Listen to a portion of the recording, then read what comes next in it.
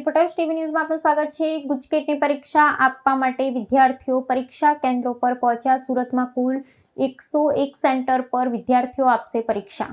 સુરત મહાનગરમાં આજ રોજ ઉચ્ચ અભ્યાસક્રમોમાં પ્રવેશ માટેની રાજ્ય સ્તરીય પ્રવેશ પરીક્ષાનું શાંતિપૂર્ણ વાતાવરણમાં આયોજન કરવામાં આવ્યું છે।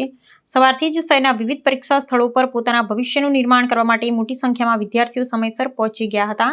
શિક્ષણ વિભાગ દ્વારા નિર્ધારિત કરાયેલા મહત્વપૂર્ણ કસોટી માટે સુરત શહેરમાં કુલ 101 જેટલા પરીક્ષા કેન્દ્રોની ફાળવણી કરવામાં આવી છે, જ્યાં પરીક્ષાર્થીઓ ઉત્સાહભેર પોતાની હાજરી નોંધાવી છે। પ્રાપ્ત માહિતી અનુસાર આ કસોટીમાં સુરત શહેર અને જિલ્લામાંથી અંદાજિત 18,000 કરતાં વધુ વિદ્યાર્થીઓ પહોંચ્યા છે। ધોરણ 12 વિજ્ઞાન પ્રવાહ પૂર્ણ થયા બાદ વિશેષ કરીને પદવી, ઇજનેરી અને ઔષધ નિર્માણ વિજ્ઞાન જેવા વ્યાવસાયિક ક્ષેત્રોમાં પોતાની કારકિર્દીને આગળ ધપાવવા ઈચ્છતા યુવાનો માટે આ પરીક્ષા અત્યંત નિર્ણાયક છે। આ કસોટીના ગુણાંકન અને પરિણામના આધારે જ તેઓ આગામી સમયમાં રાજ્યની ઉચ્ચ શૈક્ષણિક સંસ્થાઓમાં યોગ્યતા અનુસાર પ્રવેશ મેળવવા માટે પાત્ર બનશે।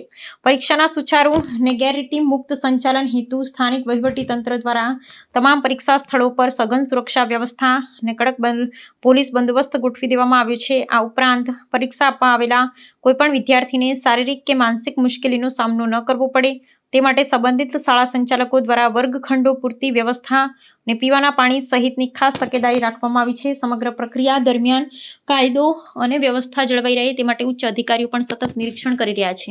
હું કુમારી Deepika Shukla, Acharya presidency school. Madam, કયા પ્રકારની કઈ એક્ઝામ માટેની તૈયારી છે વિદ્યાર્થીઓ આવ્યા છે? ગુજરાત રાજ્યની કોમન એન્ટ્રન્સ ટેસ્ટ જે એન્જિનિયરિંગ અને ફાર્મસી મેડિકલ ક્ષેત્ર માટેની આ ટેસ્ટ છે, જે કોમન એન્ટ્રન્સ ટેસ્ટ છે, જેમાં આજ રોજ પરીક્ષા કેન્દ્રો સજ્જ છે।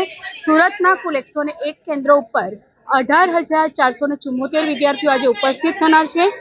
ગુજરાતના કુલ 34 જિલ્લાઓમાં આજે આ પરીક્ષાઓ લેવાવાની છે, જેમાં 1,35,875 જેટલા વિદ્યાર્થીઓ ઉપસ્થિત થવાના છે, જેમાં ગુજરાત બોર્ડના 1,15,000 વિદ્યાર્થીઓ અને અન્ય વિદ્યાર્થીઓ સીબીએસઈ બોર્ડના રહેશે।